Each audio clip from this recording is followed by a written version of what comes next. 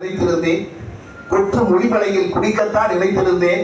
8ஆம் வகுப்பு எட்டத்தான் என் பெற்றோர் இட்டார், பின் ஏழ்மையிலே என்னை உலகில் விட்டார் என்று வருந்தியவன், தான் பெற்ற பிள்ளையை ஏன் பெற்றோர் என்றுதான் தாய் என்று மாண்டு போனார். தந்தையும் இப்பிள்ளை உருப்படார் என்றுதான் தனதிலே விந்து போனான். ஊன் பெற்ற யானுமே உயிர் கொள்ள வைத்தவன் உயரத்தில் ஒளிந்து கொண்டான். உதிரத்தில் என்றென்றும் தமிழன்மை மட்டுமே உறவாக வந்து நின்றான் என்று சுயவிலக்கத்தை தந்த அந்த கவியரசர் கண்ணதாசனை தான் இன்று இந்த உலகமே கொண்டாடி கொண்டிருக்கிறது. நான் நினைத்து பார்க்கிறேன் என் அன்பானவர்களே, கவியரசர் கண்ணதாசனை தமிழ் இலக்கிய அமைப்புகள் கொண்டாடுவதில் ஒன்றுமில்லை, இன்றைக்கு இருக்கிற தமிழ் கவிஞர்கள் கொண்டாடுவதில் ஒன்றுமில்லை. ஆனால் அந்த கவியரசர் கண்ணதாசனுக்கு எதிராக நான் அடிக்கடி சொல்வேன், நாட்டுக்கோட்டைக்கும் பட்டுக்கோட்டைக்கும் நாட்டுக்கோட்டைக்கும் மத்தியில் தன்னை ஒரு மலைக்கோட்டை மாதிரி நிறுத்திக் கொண்டவர் காவிய கவிஞர் வாலி என்று அந்த காவிய கவிஞர் வாலியே புகழ்வதுதான் எனக்கு பெரிதாக தெரியும். நாமெல்லாம் புகழ்வது அல்ல, யார் தனக்கு எதிராக கடைபிடித்திருந்தாரோ அல்லது யாருக்கு எதிராக அவர் கடைபிடித்திருந்தாரோ அந்த காவிய கவிஞர் வாலி புகழ்வதுதான் எனக்கு பெரிதாக தெரியும். காவிய கவிஞர் வாலி அவர்கள் எழுதிய பாடல் சில வேடங்களில் நான் பதிவு செய்திருக்கிறேன். கவியரசர் கண்ணதாசனை பற்றி தமிழ் திரையுலகில், ஐயா வணக்கத்துக்குரிய எங்கள் கவிஞர் முத்துலிங்கம் ஐயா இருக்கிறார், தமிழ் திரையுலகில் ஒரு கவிஞரை பற்றி இன்னொரு கவிஞரை இப்படி எழுதியதாக சரித்திரமே கிடையாது. முத்துலிங்கம் ஐயா இன்று எழுதி கொண்டிருக்கிறார் நிறைய கவிகளை பற்றி, அவருடைய புத்தகத்திலிருந்து நிறைய தெரிந்து கொள்கிறோம்.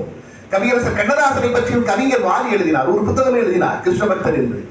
அந்த புத்தகத்திலே கண்ணதாசனுடைய அம்மா கண்ணதாசனை தாளாட்டுவதாக ஒரு கவிதை எழுதியிருப்பார். உண்மையிலேயே நேசிக்கக்கூடிய உள்ளம் உண்மையிலேயே இருந்தால்தான் அப்படி ஒரு கவிஞரை இன்னொரு கவிஞரால் புகழ முடியும் என்பதற்கு அந்த கவிதை சாட்சியாக இருக்கும். வாலி எழுதுவார், கண்ணதாசனுடைய அம்மா கண்ணதாசனை தாளாட்டுகிறாராம். பண்ணுறங்கும் நாவழகா, பணி உறங்கும் பூவழகா, சேர சோழ பாண்டியரு சேர்ந்து வந்த மூவழகா. வார்த்தைகளை பாருங்க, வாலி எழுதுகிறார்.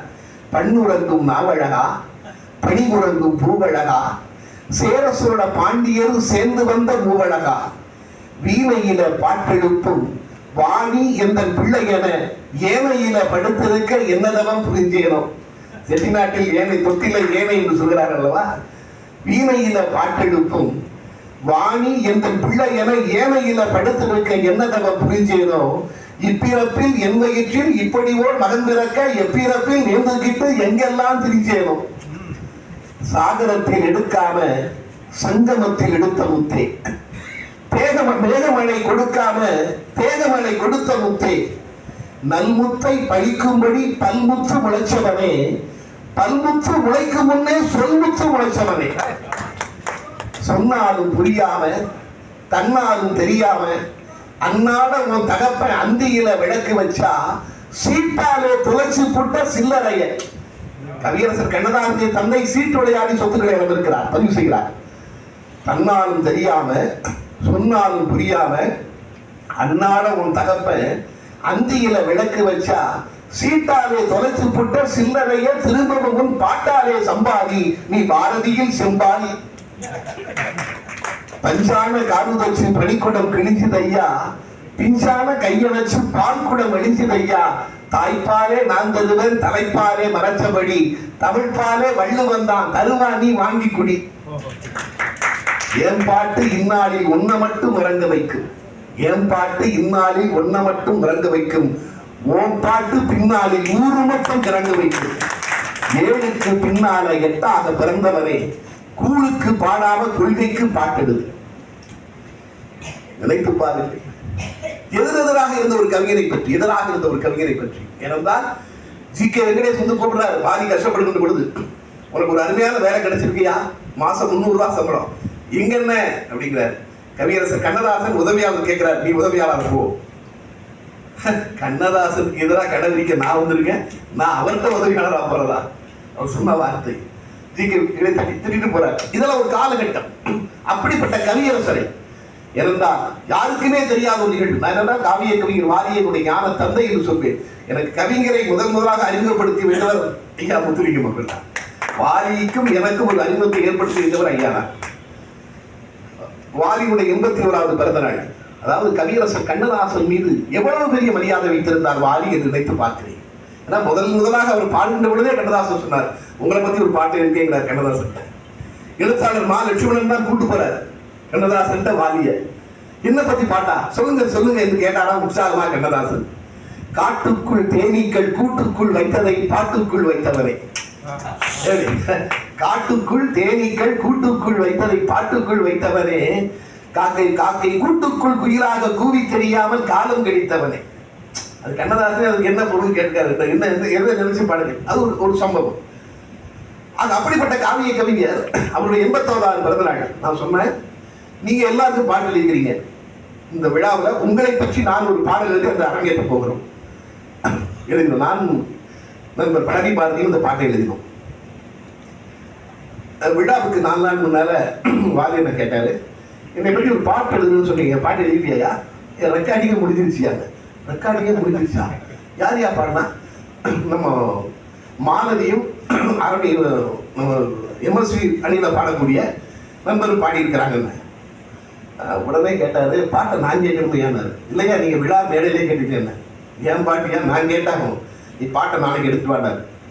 மறுநாள் பாட்டை எடுத்துக்கொண்டு போனேன். என்னுடைய வீட்டிலிருந்து வெளியே என்னுடைய காலில் உட்கார்ந்து இருக்கிறார். சீடியை போடுனாரு. சீடியை போட்டேன். அந்த பாடல் முதலில் தொகையராவில் ஆரம்பிக்கும். சீனிவாசன் பொன்னம்மாள் தவமகனாய் பிறந்தாய். வாலியை பற்றி நான் எழுதுகிறேன். சீனிவாசன் பொன்னம்மாள் தவமகனாய் பிறந்தாய், திருவரங்கம் தீவுக்குள்ளே தமிழ் மகனாய் தவழ்ந்தாய், ரங்கராஜன் எனும் பெயரில் ரசனைகளில் மலர்ந்தாய், நாடகத்தில் ராப்பகலாய் நாடகத்தில் ஓவியத்தில் கலந்தாய், மருதநாட்டு இளவரசி வசனம் கேட்டு மகிழ்ந்தாய், பட்டுக்கோட்டை பாசவரை பாட்டை பாடல் கேட்டு நிமிர்ந்தாய், கோடி கோடி கனவோடு கோடம்பாக்கம் வந்தாய், கோடம்பாக்கம் சென்றாய், கண்ணதாசன் கண்ணகிரி கொடிநாட்டி வென்றாய். எங்கள் வாலிப வாலி என்று பாட்டு ஆரம்பிக்கும். ஃபுல்லா கேட்டார். முழுது கேட்டு மறுபடியும் அந்த பாட்டை போடுனார். மறுபடியும் போனார்.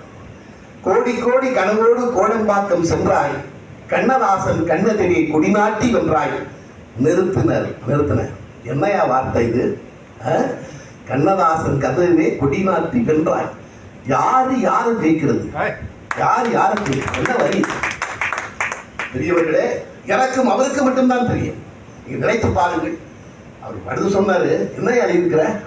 இல்லையா, அவர் நான் சொன்னேன், இது என்னையா தப்பு இருக்கு? அவர் சிவாஜிக்கு பாட்டு எழுதினாரு, நீங்க எதிர எம்ஜிஆர் எழுதுனீங்க, நீங்க எங்க ஜெயிச்சீங்க அப்படின்னு. இந்த பாட்டுக்கு கோனார் நோட்ஸ் போடுற வேலையெல்லாம் என்கிட்ட வேண்டாம். சொன்ன வார்த்தை, பாட்டுக்கு கோனார் நோட்ஸ் போடுற வேலையெல்லாம் என்கிட்ட வேண்டாம். நீ பாட்டை மாத்துற, இந்த வரியை மாத்தினால்தான் அன்னைக்கு நீ போடுறது சம்மதிப்பேன். இல்லை இந்த பாட்டை இருக்கக்கூடாது. எவ்வளவு பெரிய உயர்ந்த பண்பு பாருங்க.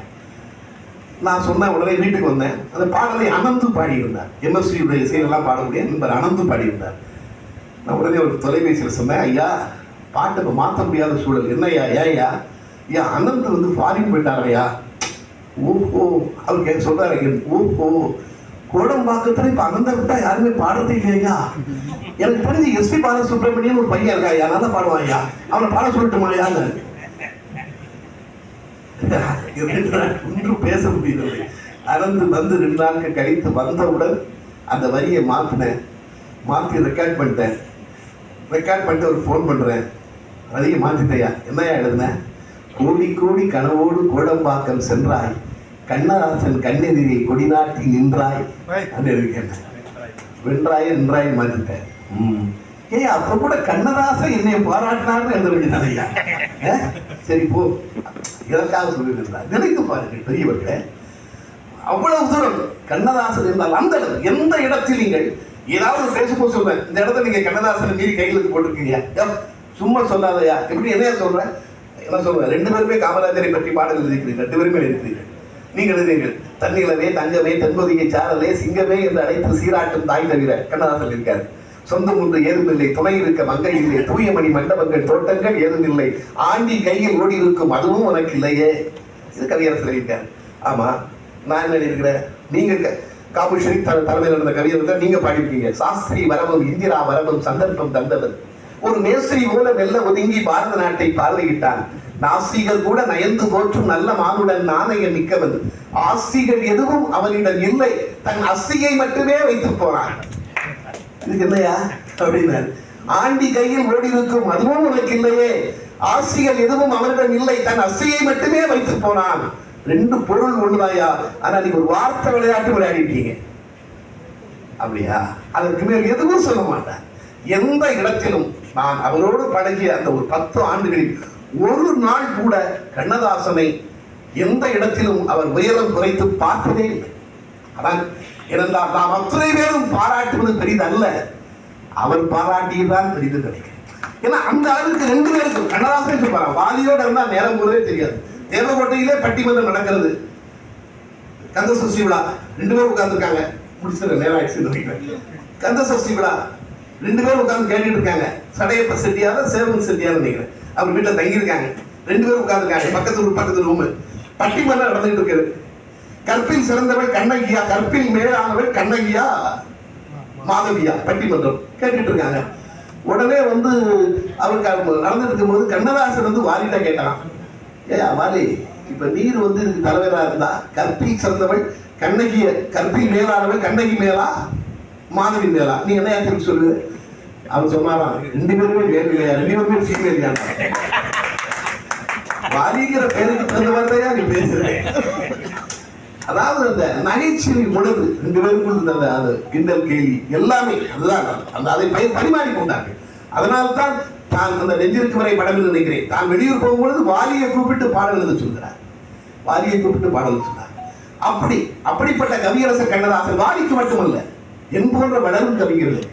நான் கவியரங்கம் ஒரே ஒரு செய்தியை மட்டும் சொல்லி நிறைவு செய்து விடுகிறேன். நான் கவியரங்கத்தை போகும் பொழுதெல்லாம், கவியரங்குகளில் பாடுகின்ற பொழுதெல்லாம் எப்படி பாட வேண்டும் என்று எங்களுக்கு கவியரசர் கண்ணதாசனை போன்றவர்கள், வாலியை போன்றவர்கள், ஐயா முத்துலிங்கம் போன்றவர்கள் தான் சொல்லிக் கொடுக்கிறார்கள். அந்த மூத்தவர்கள் இல்லை என்றால் இளையவர்கள் இல்லை. இன்னைக்கு வாலிக்கு பிறகு உண்மையிலேயே அத்தனை தலைமுறைக்கும் அதே மாதிரி 5 தலைமுறைக்கு பாடல் எழுதி கொண்டிருக்கிற ஒரே பாடலாசிரியர் ஐயா முத்துலிங்கம் தான். அதான் தோணுது.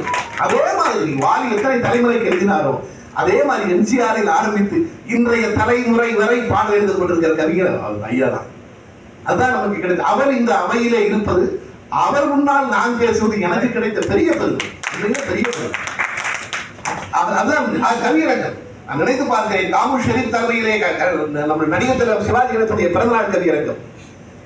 நவரசங்கள் தலைப்பு, நவரசங்கள் தலைப்பு, இதை சொல்லி நான் நிறைவு செய்கிறேன். நவரசங்கள் தலைப்பு கண்ணதாசனுக்கு கிடைத்த தலைப்பு அழுகை. ஒரு தலைப்பை எப்படி ஒரு கவிஞன் கையாள வேண்டும் என்று அவருக்கு சொல்லிக் கொடுக்கிறார். தொழுகையில் தொடங்கி, அவர் சொல்றாரு பாரு கண்ணதாசன், தொழுகையில் தொடங்கி, காமு ஷெரீப் தலைமை, அதனால தொழுகையில் ஆரம்பிக்கிறார். தொழுகையில் தொடங்கி அந்த தொடர்ச்சியில் ரசத்தில் ஒன்றாம் அழுகையை பற்றி பாட அழைத்தனர் என்னை, நன்றாய் அழுதவன் என்பதாலே அனுபவம் அதிகம், இங்கே அழுகையை பற்றி பாடும் அருகதை எனக்கே உண்டு. அவ்வளவு ஆழமே அவ்வளவு. பிறப்பிலும் அழுதே, பிறந்தபின் அழுதே, வாழ்க்கை சிறப்பிலும் அழுதே, ஒன்றி சேர்ந்தவர் சிலரால் சுற்று மறைப்பிலும் அழுதேன், ஊடார் இறப்பிலே அழுவதெல்லாம் இதுவரை நான் அழுது விட்டேன். அடுத்து ஒரு வரி எழுதுறார் பாருங்க, அழுவதை ஊரார் கண்டு ஆறுதல் சொல்வார் என்றே விழிகளில் கண்ணீர் வைத்தான் வியத்தன் இறைவன். நீங்க கற்பனை பாருங்க, ஆறுதல் சொல்வாருதான் கண்ணீரை கொண்டு போய் வெளியில வச்சான். அழுவதை ஊரார் கண்டு ஆறுதல் சொல்வார் என்றே விழிகளில் கண்ணீர் வைத்தான் வியத்தன் இறைவன், நானோ மொழிகளில் அழுகின்றேன், வாய் மூச்சினில் அழுகின்றேன், என் விழிகளின் கண்ணீர் காய்ந்து விட்டது என்பதாலே. சீசனை பெற்றதாயும் சிறப்புற பெற்றாள், நாசனை பெற்றதாயும் நரம்பெற பெற்றாள், காமராசனை பெற்றதாயும் நாட்டிற்கே பெற்றாள், என்னை ஆசையாய் பெற்றதாயோ அழுவதற்கென்றே பெற்றாள். பாடிக்கொண்டே போறார். அதாவது கண்களில் சொரியும் உப்பு கடவுளால் வருவதல்ல, கண்களில் சொரியும் உப்பு கடவுளால் வருவதல்ல, மண் வழி வரலாம், பெற்ற மகன் வழி வரலாம், சேர்ந்த பெண் வழி வரலாம், செய்த பிழை வழி வரலாம், நண்பர்கள் வழியிலேதான் நான் கண்ட கண்ணீர் உப்பு. ஆக தன்னுடைய அனுபவத்தை பதிவு செய்கிறார். ஆக அதனால் தான் நான் கூட சொல்லுவேன், சாத்தப்பனுக்கு மகனாய் பிறந்தான் கண்ணதாசன். தந்தை பேர் சாத்தப்பன், சாத்தப்பனுக்கு மகனாய் பிறந்தான். ஆனால் அவன்தான் திரைப்பாடல்களின் எல்லா வாசல்களையும் திறந்தான். அதான் கிராமத்தாரெல்லாம் நேசித்த நகரத்தார், கிராமத்தாரெல்லாம் நேசித்த நகரத்தார் கண்ணதாசன். ஆக அந்த கவியரசரை பற்றி விடிய விடிய பேசலாம். எத்தனையோ சம்பவங்கள், எத்தனையோ செய்திகள் இருக்கின்றன.